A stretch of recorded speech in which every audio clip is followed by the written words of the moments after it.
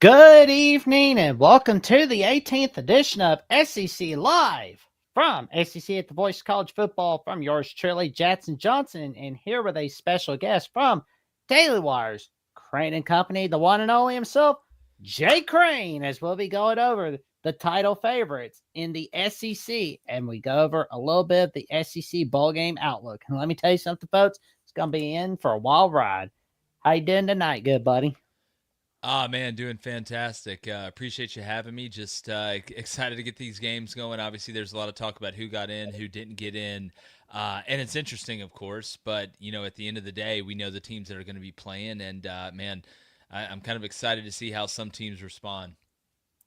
Oh man, at least they're not gonna be bailing out. Like certain teams being like, no, we're quitting. But that's no Yeah, I mean, time. if you quit a playoff game, I think we should call the police, to be honest with you. But yeah, no, it's a different era for sure, and in some aspects, I can understand it.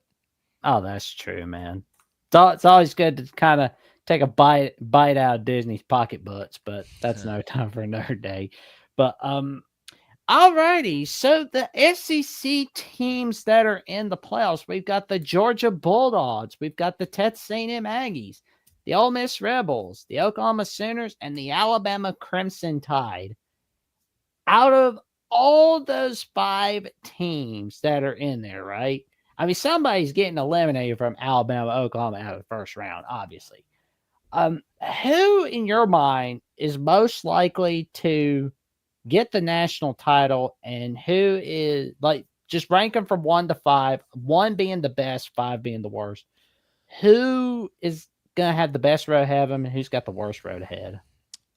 Yeah, well, if I'm going to rank them in order, you obviously have to take into account who's playing who and where they're playing them. So if it was like a survival, most likely to survive the longest to the least likely to survive the longest, obviously Georgia's got to be number one for a couple reasons. Obviously, they're playing pretty well right now. You can go back to the Georgia Tech game, and offensively they were, pretty vanilla in what they did. I think there's a reasoning for that when you actually go back and watch that film. But they get the bye, so you get an automatic free week. You get to pass go. You get to collect $200. I would say next, Ole Miss playing Tulane, a team they've already played, and then obviously they played Georgia in the next round, which they competed with. So ironically, I would take Georgia 1 and then Ole Miss 2. Obviously, Ole Miss, having to play Georgia kind of complicates that, but I think it's the truth. 3, I would say Texas A&M. You get a home game against Miami. You win that one, you get a chance to play Ohio State. Which, look, I don't think it'd be crazy if A&M beat Ohio State. You just have to have a lot of things go right, and that defense just takes so many things away. But having a running quarterback and an offense that can put a defense in conflict, I think, is really the only way you can consistently move the ball against Texas A&M. And then, obviously, Oklahoma and Alabama are playing one another. You feel like Oklahoma has won the last two. They're at home. They would have an advantage. Alabama's offense hasn't been great down the stretch. Oklahoma's hasn't been great either. But I feel like between both these teams, only one has an elite side of the ball, and that would be Oklahoma. So I'd put Oklahoma ahead of Alabama. So I would overall, that'd be Georgia 1, that'd be Ole Miss 2, that'd be A&M 3, that would be Oklahoma 4, and Alabama 5. Well, and just kind of like looking at Texas A&M for a moment. The thing I've noticed, like when they're gonna be playing Miami in the 20th, of course, and some I've noticed about Miami is that when the spotlight is all on them, Hmm. they thrive on it. But when the spotlight isn't all on them, they don't do so well. Case in point, SMU and Louisville, and like last year against Syracuse and Georgia Tech. Mm-hmm. They're always like that. But that Miami Texas A&M game, I'm got my eye on that. Yeah, well, I mean, the spotlight will never be brighter than it is right now on Miami. So you think that would lend to help them play better, and what we saw early in the year with some of the wins that eventually ended up getting them here. Obviously, one over Notre Dame. Notre Dame's not in the playoff. I think a lot of it has to do with Miami being good enough on the line of scrimmage on both sides of the ball to be able to compete with A&M. We know what A&M has up front. I think the big difference outside of the obvious, with it being at Texas A&M and College Station, is that as much improved as Miami's defense has been, Marcel Reed just brings another element that you have to defend. And it's really nothing that you can sit here and say, all right, well, we know he's going to be at this spot. It's like a shooter, right? Like a guy that's a 3-point specialist. You know the spots he wants to shoot from. The goal is to get them off the spot. Well, the hardest thing is when you got a guy that can move and the spot's always changing, and he can hurt you whether it's improvisation, he can hurt you whether it's just truly by design when a play works out well. I feel like A&M has a little bit more escapability when it goes wrong as opposed to what Miami has with Carson Beck if the run game is not overly efficient for Miami. And A&M is good enough in that front seven to be able to shut down the run game and make Carson Beck beat him with a little bit of mobility, keeping plays alive, and then with his arm. I mean, if you're on time, when you got guys like Malachi Toney and Daniels, and you can beat guys, but it's just the odds of you being on time for all 4 quarters is pretty low. That's why you got to feel like A&M has an advantage not only if both teams play well, but I think A&M can get away with more because of Marcel Reed's ability to improvise in this game. So I would obviously lean A&M. But look, Miami's got the talent to win it. And if A&M doesn't play well, there's a good chance Miami's going to win it. But you shut down the run. Marcel's good in the improvisational situations, which means some plays hit, the other ones just aren't disasters. You got to feel good about A&M and their chances. Oh, agreed.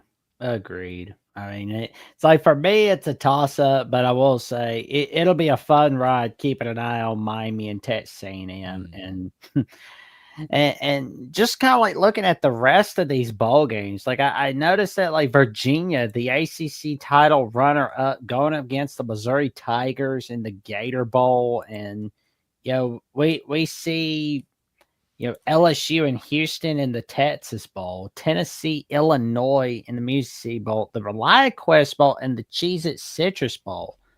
Those look like to be a lot of fun. Well, I mean, yeah, but let's be honest. Like, I don't know who's going to play in those games. Like, this is the problem. Like, I'm not excited about the bowl games. I'm not. Now, football's going to be on, so I'm going to watch it, and I'm thankful for it. But it just, if you grew up in the era that I grew up in, I'm sure you grew up in, that a lot of people out there that are listening and watching this grew up in, like, it just doesn't hit the same. Like, maybe Michigan, Texas, just because there's young guys on each side, that's exciting. But I don't know. It's kind of taken the love out. That's why we need the college football version of the NIT. We need the next 12 that don't make the college football playoff to be in a NIT-style tournament where you can win NIL money. And individually, you can win money if you're the MVP of that game. That's the only way. Like, again, I mean, Iowa Vanderbilt, that's great. I'm sure Diego's going to play, right? And it's going to be fun. But just in aggregate, I'm just not excited. We have people, bowl places are trying to find people to play in bowl games. Like, because so many teams are like, no, why would I do that when I could just focus on recruiting? Half our guys aren't going to play anyway. It's just hard for me to get excited about. It's like thinking a stripper really loves you. Like, they don't. I promise you, they don't. They may act like they do, but they don't. I mean, the best part about bowl season is they're gonna, roast those I think Pop-Tarts, I guess, live on TV, and I mean, it's just that's where we've gotten. I think Paul George will need a reminder of that because he was thinking that the strippers were loving him in 2021. That is Well, maybe if you got that type of money, but again, I'm just trying to marry a good girl. I'm not down with all that. I don't need you to love me. I'm not here for that. There you go. I mean, like that Michigan Texas game, I keep really thinking about like Bryce Underwood and Arch Manning. That looks like it's gonna be fun. It's like that looks like a shootout to me. Yeah, it just again, I think you're gonna have a lot of players playing that game because they are young, as I mentioned earlier. That's one of the few that I could get excited about. And again, both these teams, they finished 9-3. Going to be a lot of hype going into the next season when you have a Bryce Underwood coming back at quarterback, when you have an Arch Manning coming back at quarterback. What this will do mainly, outside of giving extra practices to the coaching staffs, because that's the most valuable part of this when you're really not in it, this will do nothing but whatever happens, the hype train's going to be in overdrive for that team. If Arch goes out there and throws for 350, or Bryce goes out there, or they might both. We'll see. Who knows? Who's playing on defense? Who knows? It's only going to add to the preseason fodder that we get, and it's going to make it more interesting. And look, it's a fun opportunity. I got to coach in a bowl game. They're a lot of fun. But Oh, that nice. one's definitely one to get excited about because I think it's going to be close to the real thing. Oh man, like that's always a lot of fun seeing Michigan Texas. Like a because like Michigan, I know they're thinking about revenge from 2024, and Texas Yeah, but is like, what kind of revenge can you get in a bowl game that doesn't? That's another thing. Like, ooh, like for example, the last year Auburn played, and David Cohn went to Michigan, and Auburn played Michigan in the NCAA tournament in basketball, and we live streamed the game, and Auburn won that game. I think to make it, I believe, to the Elite Eight, where they played Michigan State and then beat Michigan State to go to the Final yeah. Four. Like, they played in the players era during the regular season, and we enjoyed it, but it didn't hit the same. Like, I don't know. I don't know how many of those guys from Michigan that are like, do it for the 2024 team. I don't know. I just don't think it hits like that anymore. Yeah. Well, I always say like a good revenge story is pretty good, especially Well, in it's the like the coaches, I'm sure, will bring it up. Like, I'm not saying nobody's going to talk about it, but man, when you both are in the playoff and there was that much on the line, this one just kind of feels like the zero sugar or the diet version of what the real thing was. oh man. Well, I mean Mississippi State's just like, oh, we're just happy to be there. And the bright side of them being in the Dukes Mayor Bowl is they win, they can bring back the 6-7 joke like on South Park. God, I'm so sick. Especially after Hunter Yurachek brought it up during the college football playoff thing. Oh, No, he it's big for a ruined team like it. Mississippi State because of what you're building, right? And I mean for Wake Forest too. I mean, let's be honest. It's not like Wake Forest is just a perennial, powerhouse that's always in big bowl games. So again, beauty is in the eye of the beholder. One man's trash is another man's treasure. Throw out every cliche you have.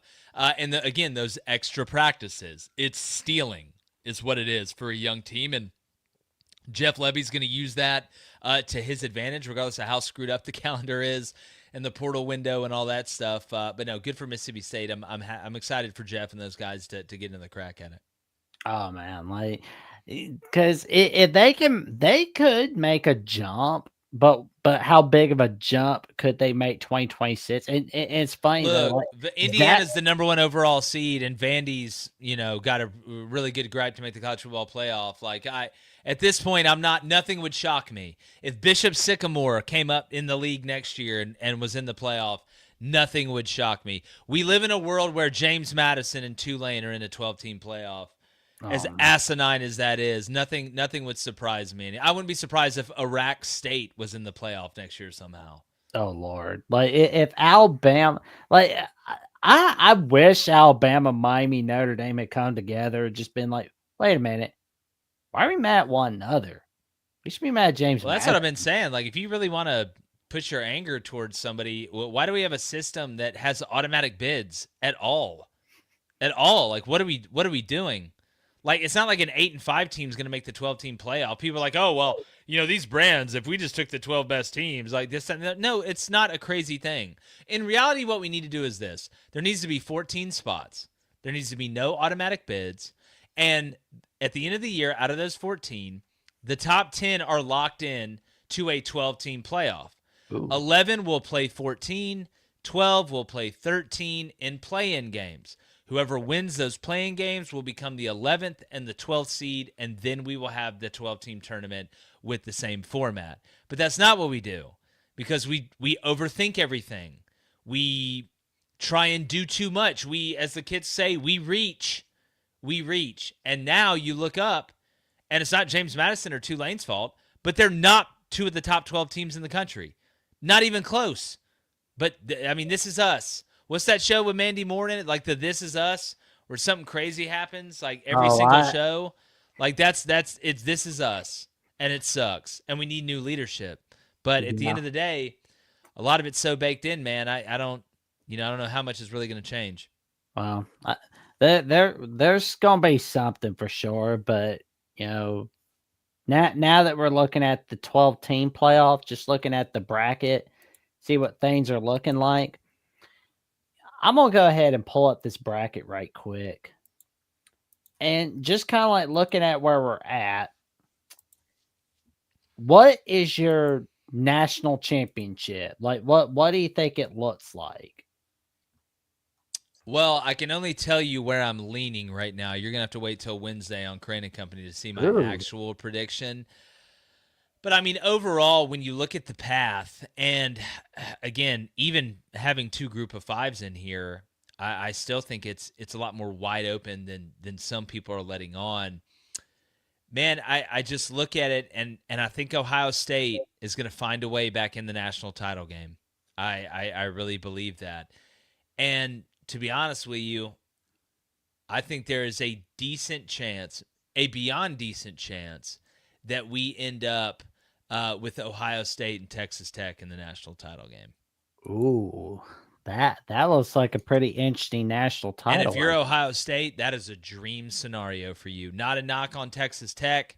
Love what they do on defense.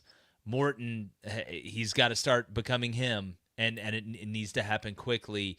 But I look and I say, all right, well, you look at the top there, the winner of A&M Miami, both teams, if they played well, could find a way to beat Ohio State. It's just you got to play damn near perfect to beat them, which is what's crazy about Indiana. And I think the biggest compliment to Indiana is that Indiana didn't play perfect. You threw a pick in your own territory, you missed a field goal, yet you were still able to find a way to beat Ohio State. I just don't know if that can happen twice with the roster and now the bounce back I think you're going to see from Ohio State. So I'm leaning to take Ohio State to win it all. Um, that Oregon Texas Tech game could go now. either way, and even with that, it doesn't guarantee anything. It doesn't guarantee you in the national title. So got to see what happens with Indiana and the winner of Oklahoma Alabama. So I would lean Ohio State right now. Ohio State for Texas Tech with Ohio State winning it. Oh, and I'm gonna give you a little fun fact about what's to come on January 1st, 2026. It's gonna be a day that's gonna be I mean, yeah, it's celebrating New Year's Day, but it's gonna be celebrating the 100th anniversary of the game that started it all for the South, the 1926 Rose Bowl, where Alabama won 20-19 against Washington, where Alabama was trailing 12-0 and scored 20 unanswered points against the Washington Huskies. Washington was trying to make a comeback, but unfortunately for them, the onside kicks would not be invented in college football until the year of 1958. So what did they do? Did they just was the game over? They just have to kick it deep? It was like, No. all right, well, just kick it deep. We got to hope he fumbles. I Yeah. look. It's funny. 20-19, and what do you say? 1925. That was apparently that's like a shootout. That's like Yeah, but 60-57 nowadays. I'm oh sure that yeah. one they talked about that one until World War II started. But no, man, it's look, it's the greatest sport ever. As much as we try and screw it up, which God have they tried? They've tried really Yeah. hard. They still can't. No, I'm excited about it, man. It's gonna be fun. Oh man, like I'm already just getting excited. Like I want to see Alabama and Pasadena. Like that would be so poetic. Like just get revenge against Oklahoma.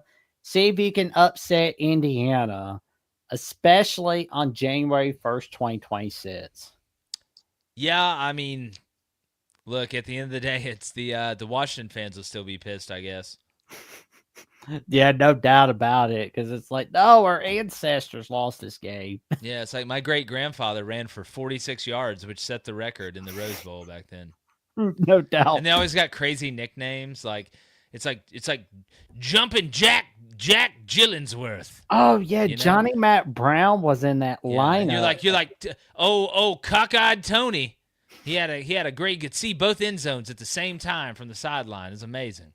I mean, Johnny Matt Brown was in that 1925 Alabama lineup, and afterwards, I think he was on he was on a lot of movies. He was on a lot of B movies, but I also saw him playing a corrupt sheriff on an episode of Tales of Wells Fargo a few weeks ago. Like, Really? yeah, it was on like an episode, a 1958 episode. But he wasn't an old running back. He was a fat dude these days on a Tales Well, Wells that's who Fargo. played running back then. You just weren't the fattest, so you got to play running back. Oh, he was a skinny thing in the 1926 Rose Bowl. That's the Well, thing. yeah. That's because nobody had any money. Like nobody ate anything. Like the only reason they played is because they got a meal after the game. Oh man, and that was like before everybody got depressed from the Great Depression, 1929, and Yeah, there's a lot of depressed people during that. I get depressed just thinking about it. oh man, well, I will say that Southern Sports Seed, Lucas Hill, shout out to him, has a question asking if you want to go back to coaching because he says he hears South Carolina, Bama might be looking for a special teams coordinator in a few months. I don't know if he's serious or joking. Well, look, I don't know if South Carolina is really ever going to have a special teams coordinator as long as Shane Beamer's there. Here's what I say. My wife asks me that all the time. I've gotten asked a couple times last couple years to get back in it. I just tell you, man, after being in it for a while, look, the money's good. I would love to be fired for $40 million. Oh, fire me into the sun. Say whatever you want about me. I'll help y'all carry my stuff out. But somebody that grew up the son of a coach, I never really got to see him. Now I have a 10-month-old, and we have another one on the way. Oh God, this is live, isn't it? Yeah, Is this live? Yeah. Well, yeah. nobody knows that. I guess now they do. Oh, No, I it's okay. It's okay. That it's fine. No, it's the time constraint, man. I don't think it's worth it. And the best part is, if a 19-year-old plays bad on Saturday, I don't get fired for it. I just get to talk about it. So there you go. I would say if the money was good enough where I couldn't turn it down, you give me $1 million a year for 5 years. Yeah, I'd do it. I'd do it. Oh man, that would be I fun, said right? all that to say I'd do it if the price is right. Well, 3 words. Yes, definitely, absolutely. Like they say, gravity falls. Yeah, it does. It does. Well, yeah, that's one thing, hanging with me is like you'll hear me making a 2012 show reference, and then 5 minutes later you'll hear me talking about an old western. Look, versatility is the best tility outside of fertility. That's the way I see it. I love it, man. I love it. Oh, man. Oh, crud. I kept you longer than 15 minutes. I am so sorry about Oh, that. it's okay. It's okay. I did. I was like, oh man, it's like sometimes I do that, but it's like Look, time when flies when you're having fun, right? agree. It's like when you're saying bye to a relative in the Well, South or in the depends on Midwest. the relative. Some buys the relatives are real quick. Oh man, it's like it's sometimes I go someplace, my dad has to go. You don't need all that. It's like, oh Yeah, well, you never know. I tell my wife that too, so I get that. Oh man. Well, you and David and Blaine were making some magic earlier today with friend of the Voice College Football Brian Driscoll from Yeah. Irish Breakdown earlier today on Crain Company. And what other magic have you got going on Daily Wires Crain Company, good buddy? Well, look, we're whipping up the magic left and right. It's basically a potions class at Crain Company right now. Yeah, today we had an in-depth debate. That's really what it was Oh with Brian wow. Driscoll, a buddy of ours. And look, I get it, Notre Dame fans. Oh, he's You can amazing. totally feel why they're upset.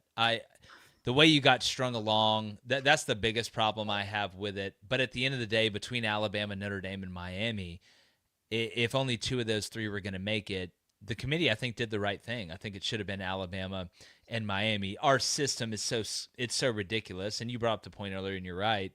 Notre Dame's biggest beef should be with James Madison and Tulane. There's no reason either one of those programs should be in this college football playoff. Absolutely no reason. Outside of that, we got big Oklahoma Alabama preview coming out tomorrow at 2 p.m. Central. Ooh. If you haven't seen any of our previews yet, a little bit different than I think most of the previews you're going to see. It's delicious if you're just a college football junkie like we are. So, yeah, it's easy. Go over to YouTube. We're almost at 200,000 subs. I think we're at 196 right now. So, yeah, go check us out. Tell your friends, your family, and the cashiers at Publish about the magic that Jake Crain, Blaine Crain, and David Cummings. The cashiers love us, Jackson. They love us. Yeah, they did. The cashiers at Publish, man, no doubt about it. Yep, especially the cute blonde. Yeah, not anymore. That's I'll let Blaine handle that one. My cute blonde's downstairs with our 10-month-old. Hey. Probably not super happy Oh, with me you right got a now, little but baby. Congrats. yeah. Best That's thing right. ever. You were. Viola. We call her Muffin, but she's the Aw. best. Well, I'm gonna tell you, like, little ones grow so fast. Like I'll always enjoy them while they're young. Just like Oh, for sure. the It's little flying. moments. Yeah, it's flying. But no, I appreciate you having me. Oh, thank you for coming on, good buddy. And we look forward to talking with you plenty more times. I've got a feeling this will be the first of many conversations. Yep. Well, just hit me up whenever, man. Y'all be good. You stay safe, stay warm. It's cold out, and Yep. let's help Crain get the 200,000 subs. Let's do it. Appreciate you, Jackson. See you soon, Jake. And of course, you can check me out on Jackson VOCFB on @/Twitter. You can check me out on Jackson Johnson 543-908 on Instagram threads. I will change that Instagram handle, I promise you. And you can check me out on my show, The Jacksonian, on Jackson Johnson 979. And I've got more stuff coming your way on there as well. And you can check out what I've got going on Alabama with the Voice College Football, where Travion, Jeffrey, and myself are going to be discussing all kinds of magic on the Alabama Crimson Tide. Plus, we've got more magic coming your way on SEC at the Voice of College Football. Wednesday night, Andrew, Josh, Tucker, myself will be joined by Adam Spencer of Saturday Down South. We're going to have a fun time on that. And also, you can check out the instant reaction to the 2026 SEC schedule of what that's going to look like. When is Alabama going to play Georgia? When is Ole Miss going to play LSU? When's that Lane Kiffin return to Tennessee? When's Tennessee going against LSU?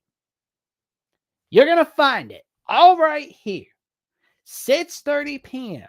Central Time, right here on SEC at the Voice College Football. Thursday night, we start the show 30 minutes before the schedule reveal. We will be joined by numerous hosts of the team channels of the SEC here at the Voice of College Football Network.